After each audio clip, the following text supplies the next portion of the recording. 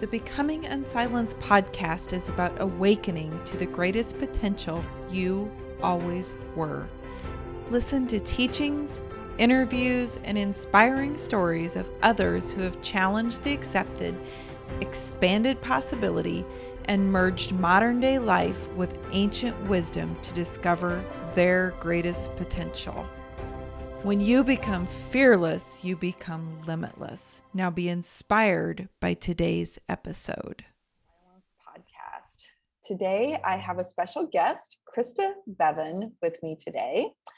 Krista is an expert companion to other radical mothers dedicated to consciously breaking cycles of generational trauma. She is a certified TRE, which stands for Tension and Trauma Releasing Exercises provider, and a stress resilience coach for mothers. She's also the host of the Radical Mother Village podcast, and she works to educate, support, and inspire people who are ready for radical change in their lives using a combination of heart-centered intuitive practices and neuroscience-backed tools. So welcome, Krista. This is not like the first time that we've talked back and forth together on a recording, but I'm so excited to have you back to the Becoming Unsilenced podcast. Welcome.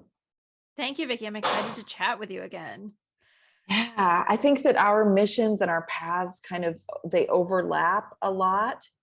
And that's why I'm excited to talk to you today about the work that you're doing with mothers in particular, which is something so deep on my heart about role modeling the way. And I know we've talked about this idea of breaking cycles, but also this idea of creating cycles. So yeah, where do you want to dive into this conversation?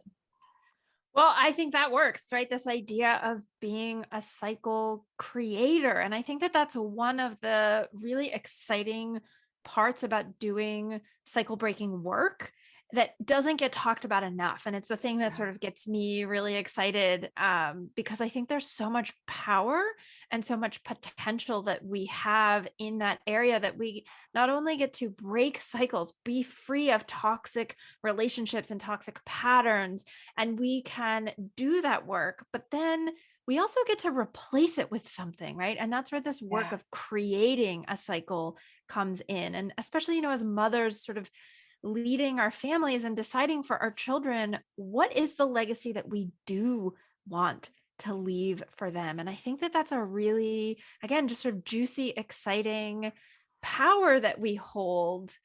And I love talking about that idea and what we can do to really step into that. I love that, because there is nothing that, we know moms are the central figure, one of the really key central figures in kids' lives, and the power that we have to role model and create those new positive, healthy cycles is pretty phenomenal. I think we underestimate that power for ourselves. Mm-hmm. We definitely do. And, I think too that a lot of times we don't want to fully own it, because in order to do that, it means we have to prioritize ourselves a little bit. And that's still kind of a scary idea for a lot of women and a lot of mothers, to take what feels like take time for yourself. It's still sort of seen as this taking away from your family, as opposed to actually giving back to your family. And centering yourself a little bit is really the way that we can then tap into our intuition and decide what kind of cycles we want to be creating, what kind of legacy we want to be creating, what kind of household we want to be raising our children in. And it takes doing that work, takes tapping into ourselves in order to be able to really ask those questions and then ultimately hear the answer. And that again, it's kind of a scary place for some women to go to, because we're so conditioned to not want to do that. We see self-care as a selfish act, as opposed to an act of survival for ourselves and for our children.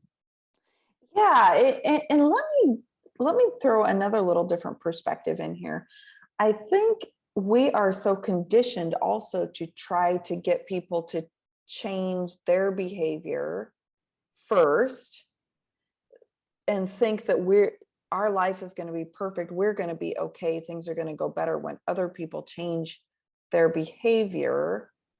But what's the key recognition that you help moms with around that? Yeah. I mean, it's ultimately that, and you know this, Vicki, that you can't change other people, right? And we hear that a lot, but hearing it and really believing it and living it are another thing, right? So Yeah. for me, it comes down to nervous system regulation work, which sounds kind of unsexy and boring. And you might be listening to that going, well, what does that have anything to do with living the life that I want, or giving my kids the life that I think that they deserve and that they would want ultimately?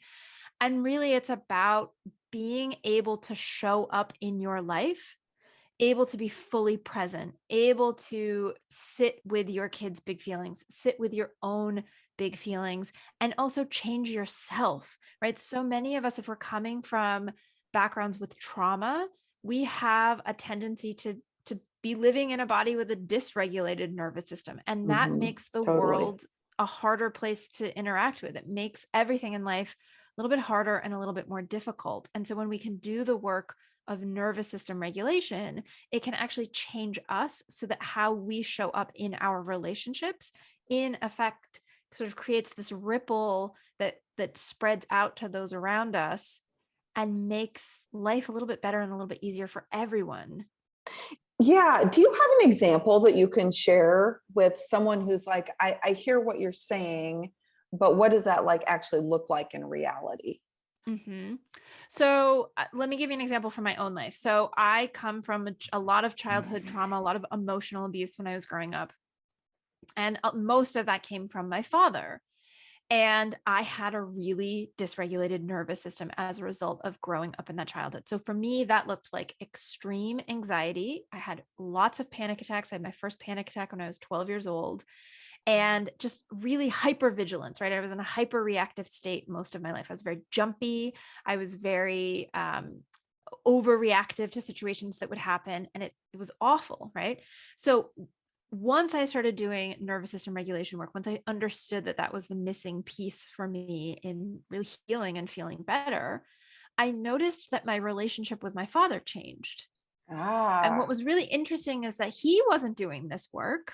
He still has a very narrow, what's called window of tolerance and capacity for dealing with stressful events, but mine had changed. And what ended up happening is that I was able to reconcile 10 years of not having him in my life at all. And what changed was that I changed. And so in the relationship, I was showing up as a different person. I had more capacity to handle what he was doing and his behavior from a place of compassion and understanding, rather than sort of meeting it with that hyper reactive behavior that I was used to compensating with rather. And so by me shifting sort of the baseline state of how I showed up in my day-to-day life, it shifted how I also showed up in relationship to others. Yeah. Right. And so he has done some work, but really I sort of took on the majority of it, and it ended up shifting the relationship anyway. Right. So this stuff really does start to spread out to others around you. Yeah, I always use the example in my work of this exact thing because of the reason why it's so important to change ourselves first. Because, I think people hearing that story some people would say, well, the other people in my life need to take responsibility and change. But the truth of it is, and I always use this analogy of like two people headbutting against each other. One of them all of a sudden shows up with more this kind of gentle, more open approach. And that other one just cannot help but respond differently based on that different approach. So just by shifting that dynamic, it automatically shifts something on the other side. Exactly. And I'm curious, like, how did you see your dad begin to shift and show up differently to you because of the work that you had changed and done? I think that he recognized that I wasn't, it's funny that you use that analogy because the two of us definitely would butt heads with one another. Right. I think it's a common feeling. Yeah, exactly. And, so for him, he sort of softened into that. Right. I think he recognized that he wasn't going to get the same reaction out of me. And so it wasn't pushing his buttons to show up and respond that way. It's just sort of, it's kind of this domino effect of that one piece knocking over ends up affecting all the pieces down the line. And so we were able to interact differently. He wasn't pushing my buttons because I wasn't engaging with the trigger, right? Yeah. I had sort of disarmed that sort of grenade that was waiting for me. Yeah. And so in doing that, it just, it's not that there were never hot spots when we were talking or interacting, but I wasn't reacting the same to them. I wasn't blowing up the way that I would have in the past. And over time, I think he started to recognize that difference in me. And so he started sort of meeting me in that place and sort of matching what I was showing up with instead of the old pattern that we had been stuck in. So I'm going to say a phrase, and I want you to tell me how you think it applies in this situation. And I think the phrase is hurt people, healing people, heal people. 100%. Yes, absolutely. And, one of the things that I do a lot of work with my clients is understanding and learning about self-compassion and really creating what I call strong self-compassion game, right?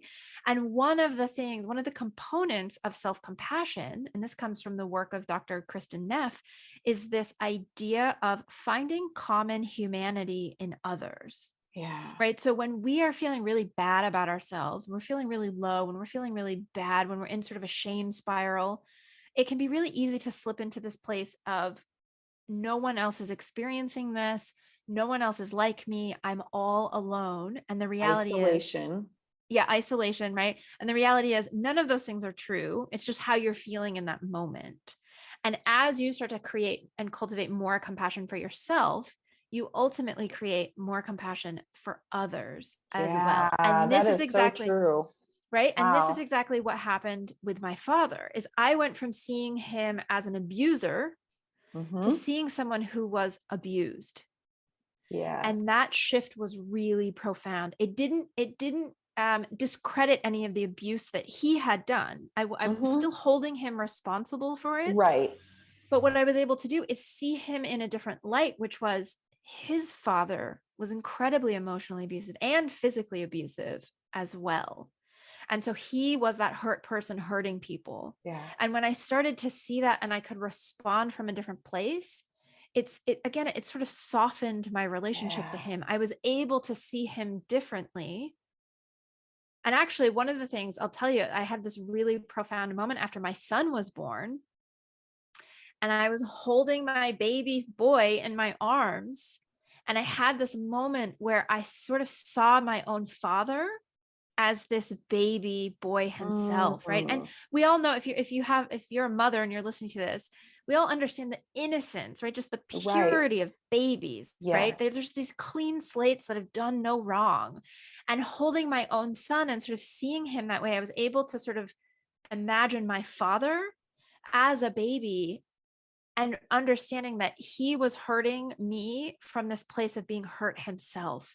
And that really at his core, like any of us, is not a bad person and wasn't meaning to hurt me. Yeah. He just wasn't doing the work to stop it the way that I have done in my own life. And something about sort of framing it and seeing that way, it totally shifted everything. Wow. Yeah. So you became conscious about that. And I love that you use this analogy of the baby, because this is analogy I think is so powerful, because when that baby comes into the world, we can all agree that that baby is pure potential, pure possibility, pure innocence. Yes. And that is the core of who we always have inside of us. But yet back to that conditioning, that layers and layers and layers of conditioning. And so what I hear that you began to do was to strip away these layers of conditioning and return more to your own innocence and true possibility and potential, so that you could interact from that space, recognize that in him, which then shifted this whole dynamic. Exactly. Yeah. Yes. So talk to us about, because you talked about the nervous system, and I really think it's key for people when they understand that. I think we judge and criticize ourselves a lot for how we respond in situations. And when we begin to understand our nervous system's part in it, think it's a super big key. So talk to us about that. Yeah, I like to say that understanding more about your nervous system can help you transform stress responses from stumbling blocks into superpowers. I love that. Because exactly like you said, we so often react from a place of survival without realizing it, right? Without recognition that that's what we're doing. We feel bad about the way that we behaved. We feel guilty about it. We feel shameful. That starts a spiral in our head of negative self-talk, which actually perpetuates us being in a survival state in our body. And then we're more likely to repeat the same behavior. And it's this just like hamster wheel, right? And what I like to do is actually take a step back and look at the reasons, the underlying physiology behind why you behaved the way that you did. One of the most powerful things anyone has ever told me is I had a therapist once say to me, every single thing that your body does and your nervous system is in service of survival. Wow. I love that. So do I. Love that. Everything. Say it again, Krista, because I think I really want people to soak this in. Yeah. Everything your nervous system does is in service of survival. Wow.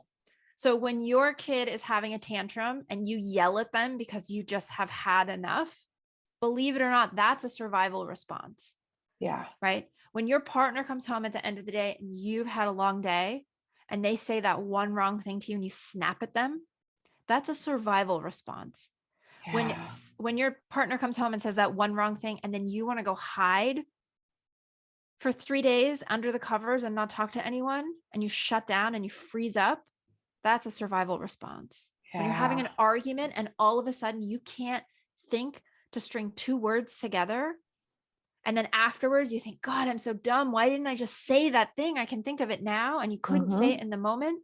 That's an act of survival, right? There's actually a reason, a neuroscience reason behind all of those things and why we behave that way. And there's nothing wrong with any of them. It's simply how we're wired to work.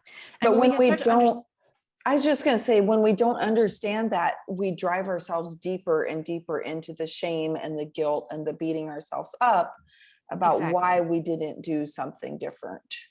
Right. And the other people in our lives can also add to that, adding another layer of conditioning on. Right.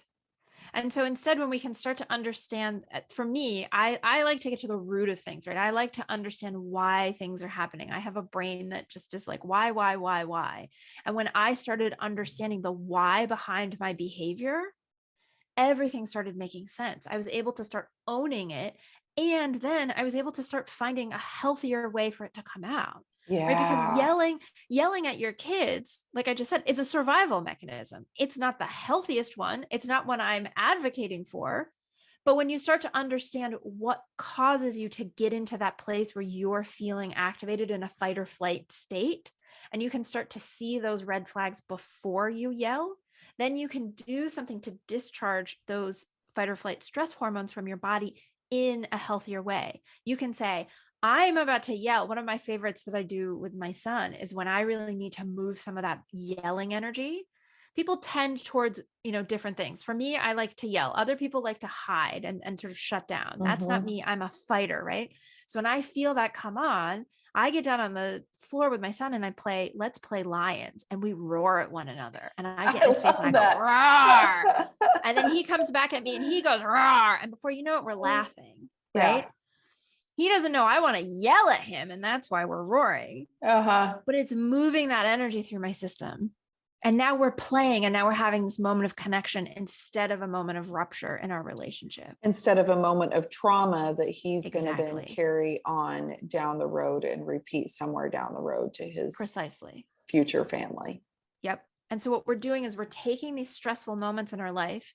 We're understanding our stress physiology, and we're using all of that, and we're transmuting it into something that's healthier and positive, and goes from this potentially rupturing traumatic event in relationship into something that's actually a moment of connection potential that's going to strengthen your relationship. And, again, I work with moms. So showing your kids how they can do that as well. right? It Yeah, has because this, you're role modeling a new skill for them. And then exactly. when they have the conscious behavior to be able to understand that, to be able to do that. Talk to us about the neuroscience of what is actually happening in somebody's body in that chain of events. Yeah. So essentially your body, your sort of baseline state, hopefully, is one of safety, where you're feeling safe and social and connected to other people, like you and I are right now on this call. Yep. And we feel good and relaxed and happy, right? Well, if we get activated into a stress state and something triggers us, then we're going to move into a fight or flight state. Right. So if I hear a loud noise outside, I'm going to turn and orient to that. And it's going to cause my heart to start beating a little bit faster. And it's going to cause me to, pause a moment and look and see what's going on. And if I realize it's just the wind slamming the window shut, then I'll sort of go, okay, and then I can return back to the conversation.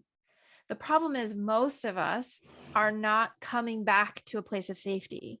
We're living in a world where we go from stressful event to stressful event to stressful event. Yes, exactly. And what happens is over time, that starts to wreak havoc on our system. We never give ourselves a chance to sort of come back to either we don't have a baseline to come back to, or we don't give ourselves time to sort of adjust back to that state. And then another place that your body can go is you hear a loud noise and then you freeze. And you are that scared. was always me. And not only my body froze, my voice froze, my brain froze. Right. And what's happening is that your body has detected a threat. And so to keep you safe, it's shutting you down so you can't feel pain from a threat. Right. So think back to our early ancestors, right? They see a bear chasing after them, or as my biochem professor used to say, a saber-toothed cat is coming at you. And you realize that you're not outrunning it. You try running and you recognize you're not going to get away. And so you say, that's it. The cat's going to eat me. And so what your body does and what we've evolved to do is shut down and go into that free state. And it's really protective when you think about it, because if you're dissociated from your body, you won't feel the pain of the saber-toothed cat attacking you. Yeah. Now, here's the thing, is that when we're in an argument with our spouse, they're not really a saber-toothed cat. But the problem is that our survival brain that evolved in a landscape where that was true doesn't know that. It doesn't know the difference between 5 o'clock rush hour traffic and a bear coming at you. Threat is threat. And so we behave in the same predictable patterns, regardless of what the threat actually is. And that means too, like, I think that you and I have talked about this before, this idea of shutting down and losing your words in an argument. Yep. What it's happening is that your brain is actually redirecting, and they can see this in brain scans. It's so fascinating. It's redirecting energy and blood flow from the part of your brain that controls speech. So if you think about it, speech is a pretty evolved thing that humans have the capacity to do, right? So when we're in our survival brain, we're sort of in our sort of lower, less evolved brain. And so speech doesn't matter for survival. What are you going to do? Talk to the saber-toothed cat and say, please don't eat me? At that point, it's let's game reason, over, right? Let's negotiate about that. Listen, let's talk about it, right? Speech is the last thing you need to be doing. And so it literally redirects blood flow from the part and puts the part of your brain called Broca's area that's responsible for speech offline, and redirects it to parts that are more concerned with survival. So rationally, we understand your husband is not a threat, but your survival brain doesn't understand that. And so it redirects that energy, and then you're left going, I can't speak. Yeah. And literally, that's in my own experience, that literally, and I would get so frustrated with that until I began to understand these things. And I always also projected that the safety mechanism was outside of myself, that I didn't feel unsafe because of something outside of myself. And what I learned in my own healing journey is that safety started from within me. And certainly we know there are times if you're in an abusive situation or you are physically in danger that you do need to get the heck out of Dodge and take yourself to a safe situation. But that's not what I'm talking about. I was with safe people. And I think this is actually the dynamic when I began to understand this the most is I was dating someone who I did feel was a very safe person, but I kept having this happen. And it's like, what is going on? Because I know consciously, I feel this is a safe dynamic and there's not been any